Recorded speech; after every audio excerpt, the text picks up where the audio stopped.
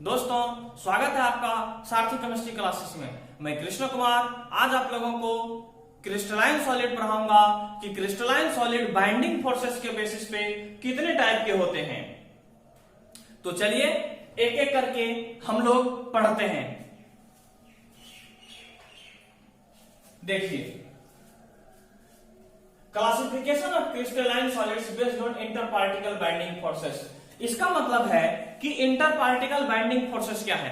अलग अलग तरह के मटेरियल हैं, अलग अलग तरह के सॉलिड हैं, तो अलग अलग तरह के सॉलिड का जो बाइंडिंग फोर्सेस हैं, एक दूसरे को अट्रैक्ट करने का जो फोर्सेस है, मतलब उसके जो पार्टिकल है एक दूसरे को अट्रैक्ट किए हुए हैं, बाइंडिंग है, वो अलग अलग टाइप के हैं। कोई बहुत ज्यादा हार्ड बाइंडिंग है, कोई लूजली बाइंड है, कोई न हार्ड है न लूज है, मीडियम है। देखिए, तो पहला आएगा मोलेक्युलर सॉलिड्स, उसके बाद आयनिक सॉलिड, कोवैलेंट सॉलिड और नेटवर्क सॉलिड भी इसी को कहते हैं, और उसके बाद आएगा मेटालिक सॉलिड।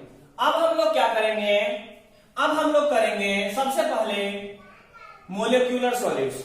अब हम क्या करेंगे, एक एक सॉलिड्स को देखेंगे और उसके कैरेक्टरिस्टिक प्रॉपर्टीज को भी देखेंगे और देखेंगे कि इसके एग्जाम्पल्स क्या क्या हैं। इसीलिए आप लोग इस वीडियो में अंत तक बने रहिए और इस सब टाइप के सॉलिड को भी अच्छी तरह समझने का कोशिश करिए सारथी केमिस्ट्री के साथ।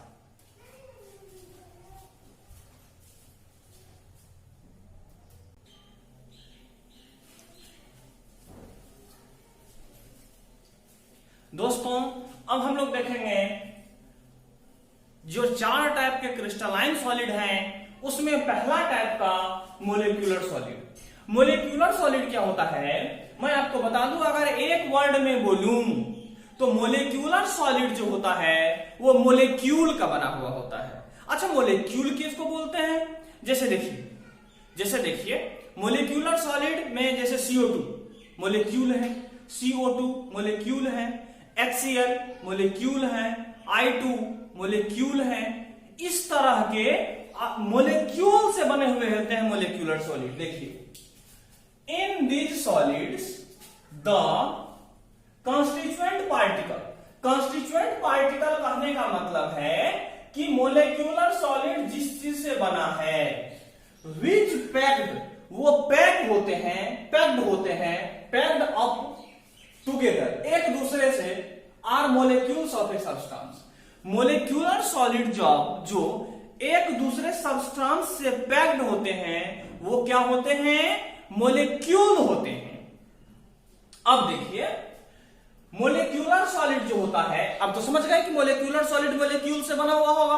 और मोलेक्यूल किसको कहते हैं, जैसे H2O है, NH3 है, CO2 है, I2 है, HF है, ये सब क्या है, मोलेक्यूल है। इन सब से क्या बना हुआ रहेगा, मोलेक्युलर सॉलिड बना हुआ रहेगा। बहुत सारे आपके मन में क्वेश्चन आ रहे होंगे, सारा का सारा डिस्कस हो जाएगा। आप 4 टाइप के सॉलिड पढ़िए, इसमें सारे टाइप के आपके सराउंडिंग में जितने सॉलिड है सारे कवर हो जाएंगे। थोड़ा धैर्य बनाए रखिए। जैसे देखिए, मोलेक्युलर सॉलिड्स जो है वो 2 टाइप के, एक है नॉन पोलर और दूसरा है पोलर। पोलर मोलेक्यूल्स, मतलब जो मोलेक्युलर सॉलिड है वो 2 टाइप के सॉलिड्स होते हैं मोलेक्युलर सॉलिड्स। एक ऐसे सॉलिड है जो नॉन पोलर मोलेक्यूल से बने हुए हैं, और दूसरे टाइप के सॉलिड है मोलेक्युलर सॉलिड जो पोलर मोलेक्यूल से बने हुए हैं। हम बात करेंगे characteristics of molecular solid. Molecular solid में हम लोगों ने एग्जाम्पल जो लिया था वो देखिए, CO2 लिया था, HF लिया था, NH3 लिया था, उसके बाद HCl लिया था, HCl लिया था, ये सब लिया था। तो आज आप ये मत भूलिए कि सब CO2 गैस है, हाइड्रोजन फ्लोराइड के बारे में कुछ नहीं जानते हैं, NH3 अमोनिया लिक्विड होता है ये जानते हैं, HCl हाइड्रोक्लोरिक एसिड लिक्विड होता है। दोस्तों, और एक लिया था आयोडीन, इसी तरह से हम बहुत लिए थे, 4-5 लिए होंगे, 5 यहां भी ले चुका हूं मैं। दोस्तों मैं आपको जानकारी के लिए बता दूं, ये सारे जो हैं ये सॉलिड स्टेट में हैं। किस स्टेट में? सॉलिड स्टेट में हैं। ये सब लिक्विड और गैसियस स्टेट में नहीं है।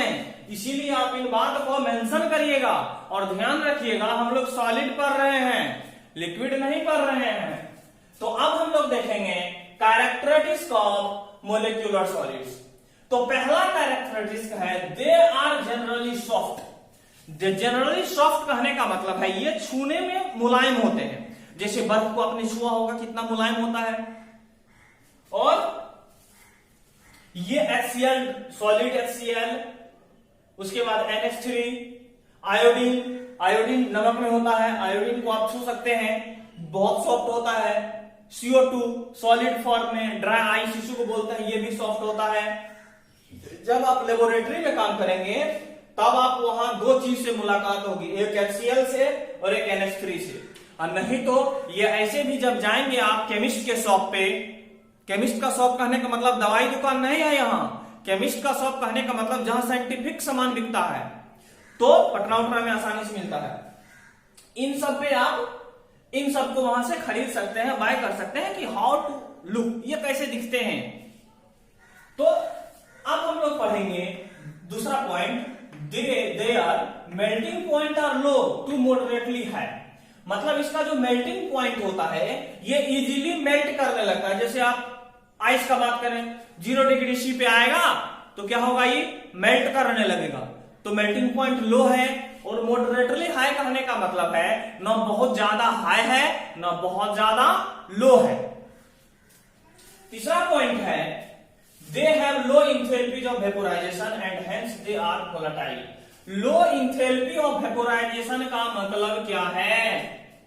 लो इंथैल्पी ऑफ वेपोराइजेशन का मतलब क्या है? ये थोड़ा सा हीट देंगे ना थोड़ा सा, तो ये वेपर बन के कन्वर्ट होने लगेगा। अब देखिए वोलेटाइल कहने का क्या मतलब होता है? वोलेटाइल कहने का मतलब होता है कि अगर इस सब्सटेंस को आप हीट करेंगे तो ये वेपर में कन्वर्ट होने लगेगा। जैसे आप NaCl ले लीजिए, पानी में मिक्स कर दीजिए, पानी को हीट कर दीजिए, पानी को हीट करेंगे तो आप NaCl वहीं पे रह जाएगा, मतलब NaCl नॉन वोलेटाइल है। और जैसे आप कैम्फोर ले लीजिए, आयोडीन ले लीजिए, नेफ्थिलीन बॉल जो आता है, नेफ्थिलीन बॉल जैसे देखते होंगे जिसको मतलब फिनाइल का टेबलेट बोलता है, देसी भाषा में उसको ऐसे बोलता है कि फिनाइल का टेबलेट दीजिए दुकान वाले को। नहीं, टॉयलेट सब में यूज करते हैं, व्हाइट बॉल होता है, वो नेफ्थिलीन बॉल है। ये सब क्या होता है कि वोलेटाइल है, रखे वेपर में कन्वर्ट हो जाएगा। इसका जो इंथैल्पी ऑफ वेपोराइजेशन होता है, इंथैल्पी ऑफ वेपोराइजेशन कहने का मतलब है इजीली वेपर में कन्वर्ट होना। अब देखिए they are generally bad conductor of heat and electricity. ये जो है हीट एंड इलेक्ट्रिसिटी के सामान्यतः बैड कंडक्टर होते हैं। सॉलिड स्टेट में H2O है तो आप समझ रहे हो कि कितना हीट इलेक्ट्रिसिटी पास करेगा और हीट एनर्जी पास करेगा। और लास्ट जो है they have generally low densities solid. ये जो सॉलिड होते हैं इनके जो डेंसिटीज होते हैं वो सामान्यतः लो होते हैं, कम होते हैं, ज्यादा डेंस नहीं होता है ये। और अब हम लोग देखेंगे आयनिक सॉलिड्स। दोस्तों आयनिक सॉलिड में क्या होते हैं, इनके जो कॉन्स्टिट्यूएंट पार्टिकल होते हैं, कॉन्स्टिट्यूएंट पार्टिकल कहने का मतलब होता है ये जिन पार्टिकल से बने हुए होते हैं ये होते हैं अपोजिट चार्ज वाले, दो अपोजिट चार्ज। देखिए in ionic solids the constituent particles are ions of opposite charge. ये आयंस होते हैं किनके? अपोजिट चार्ज के, जिनसे मिलके आयनिक सॉलिड का फॉर्मेशन होता है। जैसे देखिए मैं दिखाता हूं NaCl। अगर आप NaCl को देखते होंगे तो आप क्या करते होंगे, Na+ देखते होंगे, Cl- देखते होंगे। देखिए अच्छा कहेंगे कि प्लस इस पे कैसे आ गया? देखो दोस्त, मेटल जो होता है, metal always gain positive charge. Metal पे हमेशा पॉजिटिव चार्ज आता है और नॉन मेटल पे हमेशा निगेटिव चार्ज आता है। अच्छा मेटल पे काहे पॉजिटिव चार्ज आता है? मतलब वैसे एटम जो इलेक्ट्रॉन लूज करते हैं, मेटल इलेक्ट्रॉन लूज करता है तो पॉजिटिव आता है, और नॉन मेटल है क्लोरीन इलेक्ट्रॉन गेन करता है तो निगेटिव आता है।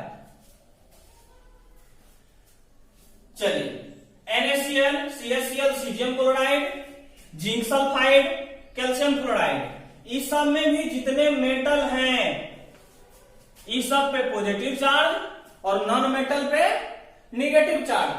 अब हम लोग देखेंगे characteristics of ionic solids. Ionic solid के कैरेक्टरिस्टिक्स क्या होते हैं, क्या क्या कैरेक्टरिस्टिक फीचर हैं। अब देखिए पहला कैरेक्टरिस्टिक है they are hard and brittle. ये हार्ड और ब्रिटल होते हैं। हार्ड कहने का मतलब टफ होते हैं, मजबूत होते हैं, और ब्रिटल कहने का मतलब होता है कि अगर इसको मारेंगे ना तो ये टूट जाएगा। जैसे सोडियम क्लोराइड का आपको एक लंप मिले, ढेला मिले, वो तो हार्ड है, बहुत ज्यादा हार्ड नहीं है लेकिन ब्रिटल है। मारेंगे उसको हमर से, हथौड़े से, तो क्या होगा, ब्रेक कर जाएगा, टूट जाएगा। ब्रिटल का मतलब ये होता है, हार्ड का मतलब मजबूत होता है। दूसरा है they have high enthalpies of fusion. इनका जो इंथैल्पी ऑफ फ्यूजन कहने का मतलब होता है ये इजीली लिक्विड स्टेट में कन्वर्ट नहीं होता है, एंड वेपोराइजेशन, न तो ये इजीली लिक्विड स्टेट में आता है और न ही ये इजीली वेपर में कन्वर्ट होता है। देयरफॉर इसीलिए दे पोसेज हाई मेल्टिंग पॉइंट, इसीलिए इनका क्या होता है, मेल्टिंग पॉइंट बहुत ज्यादा होता है, एंड लो वोलाटिलिटी। वोलाटिलिटी कहने का मतलब होता है वेपर में कन्वर्ट होने का जो इनका टेंडेंसी है ये बहुत ही कम है।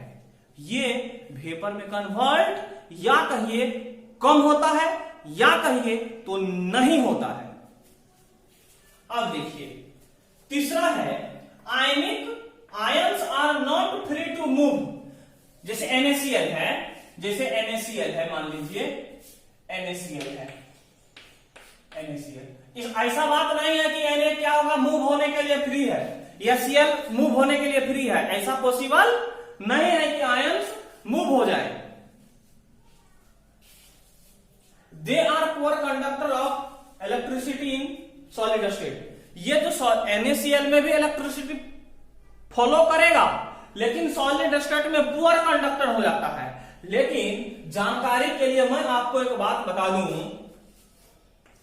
देखिए ये एक हमने बीकर लिया, फ्लास्क लिया, इसमें हम क्या करेंगे, H2O लेंगे, इसमें हम क्या करेंगे, NaCl ऐड कर देंगे, NaCl मान लीजिए हम 20 ग्राम ऐड कर दिए। अगर हम इसमें 20 ग्राम ऐड कर दिए तो वाटर तो पहले इलेक्ट्रिसिटी का गुड कंडक्टर है, अब जब NaCl ऐड कर दिए तो आयंस बढ़ गया है, अब ये बहुत ज्यादा बढ़िया कंडक्टर हो गया है। मतलब सेलाइन वाटर, पहले वाटर तो गुड कंडक्टर मान लीजिए इसको समझने के लिए, NaCl दिए तो बहुत बढ़िया conductor. Saline water are good conductor of electricity.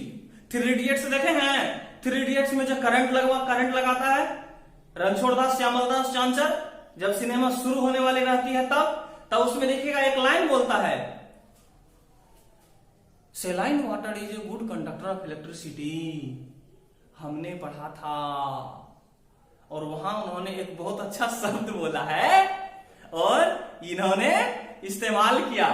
इस चीज को ध्यान से देखिएगा, 3 इडियट्स देखिएगा तो स्टूडेंट के लिए बहुत अच्छा मूवी है, जरूर देखिएगा। देखिए they are generally soluble in polar solvent. Polar solvent कहने का क्या मतलब है और नॉन पोलर सॉल्वेंट कहने का क्या मतलब है। सबसे पहले हम लोग यहाँ पोलर को देख लेते हैं। केमिस्ट्री में एक चीज आता है like dissolves like, unlike dissolves unlike. Like dissolves like कहने का मतलब है ये they are generally soluble in polar solvent.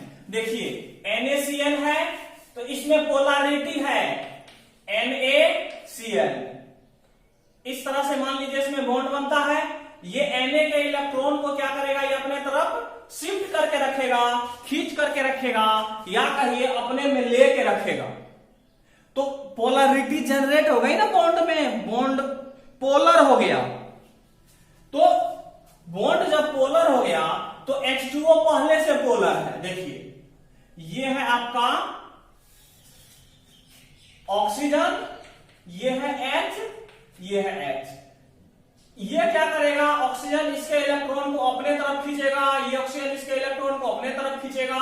तो इससे क्या होगा, इसका इलेक्ट्रॉन रहेगा इसी के पास लेकिन थोड़ा इधर आके रहेगा, इसका इलेक्ट्रॉन रहेगा इसी के पास लेकिन थोड़ा इधर आके रहेगा। तो मतलब पोलरिटी कहने का मतलब दो एटम मिलके बॉन्ड बनाया है। पोलरिटी कैसे कहेंगे कि दो एटम मिलके बॉन्ड बनाया, यहां दो एटम मिलके बॉन्ड बनाया। तो मान लीजिए कि एक एटम ये है, यहां पे H है और यहां पे F है, HF हाइड्रोजन फ्लोराइड। तो जानते हैं फ्लोरीन सबसे ज्यादा इलेक्ट्रोनिगेटिव एटम है, मोर इलेक्ट्रोनिगेटिव एटम है। तो F क्या करेगा, H के एटम को, H के इलेक्ट्रॉन को अपनी तरफ खींच के रखेगा। मतलब रहेगा F का एटम, H का एटम HA के पास लेकिन शिफ्ट होके रहेगा उधर। जैसे मैं मान लूं कि जैसे मैं किसी अपने पावर वाले, जितना मेरे में फोर्स है, जितना मेरे में एनर्जी है, जितना मेरा एज है, उनके साथ मैं हाथ मिलाऊं, उनके साथ मैं अगर हाथ मिलाता हूं तो क्या होगा, वो जितना मेरे को खींचेगा मैं भी उनको उतना ही खींच सकता हूं।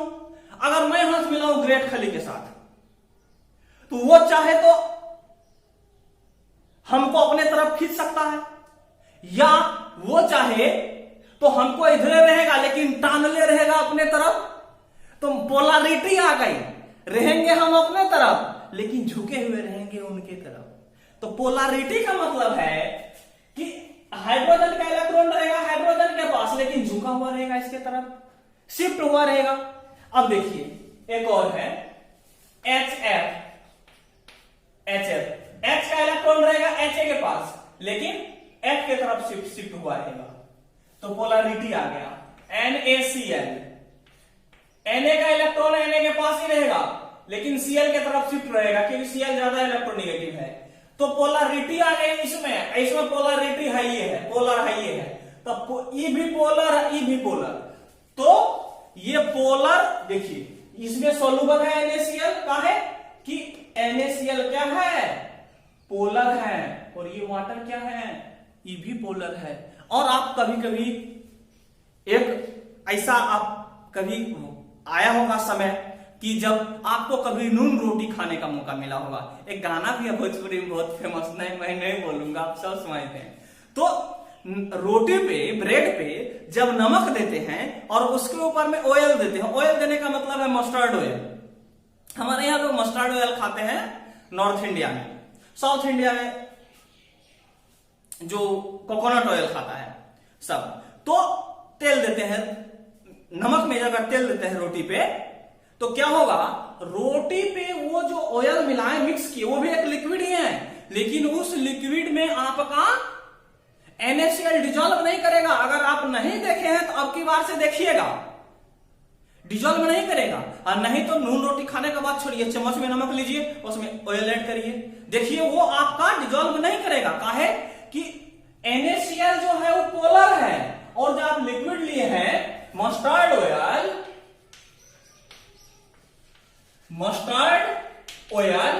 ये मस्टर्ड ऑयल जो होगा वो नॉन पोलर है। तो नॉन पोलर और पोलर एक दूसरे में डिजोल्व नहीं करता है, इसीलिए केमिस्ट्री में एक बहुत इंपॉर्टेंट और मजेदार लाइन बोली जाती है, पोलर डिजोल्व्स इन पोलर, या non polar dissolves in non polar. और दोनों को मिला के एक लाइन बोला जाता है जो सबसे बेस्ट लाइन है, लाइक डिजोल्व्स लाइक। देखिए अब हम लोग आयनिक सॉलिड को पढ़ चुके हैं, अब हम लोग पढ़ेंगे कोवैलेंट या नेटवर्क सॉलिड।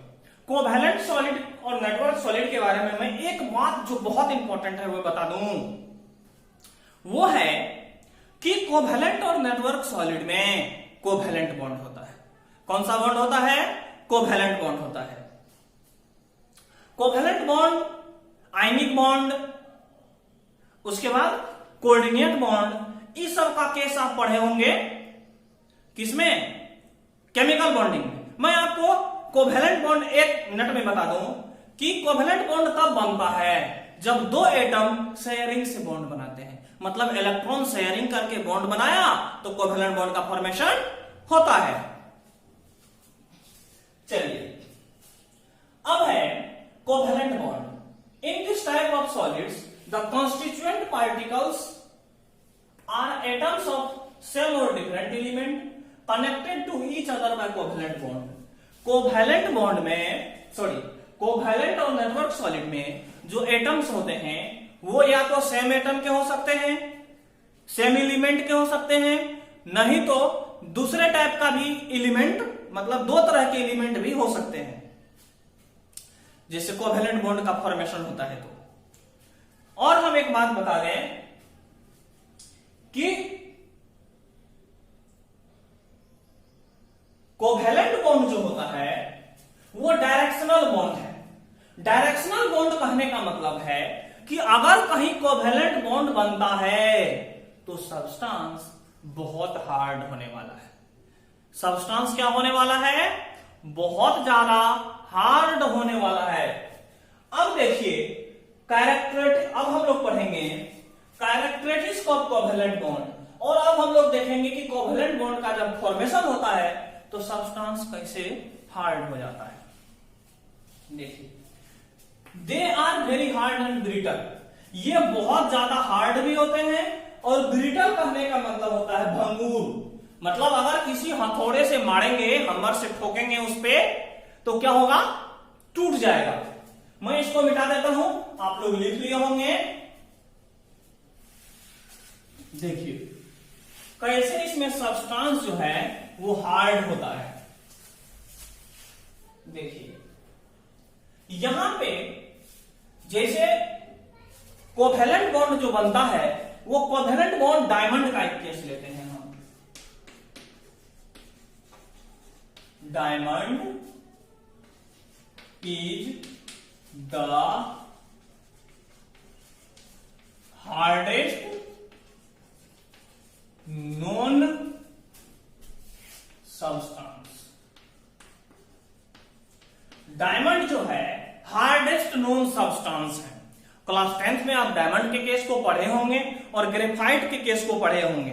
डायमंड जो है बहुत ज्यादा हार्ड होता है क्योंकि इसके अंदर जो कोवेलेंट बॉन्ड का फॉर्मेशन होता है और टेट्राहेड्रल फॉर्मेशन होता है। कोवेलेंट बॉन्ड में भी टेट्राहेड्रल पैकिंग होता है, इसीलिए डायमंड हार्डेस्ट नोन सब्सटेंस है।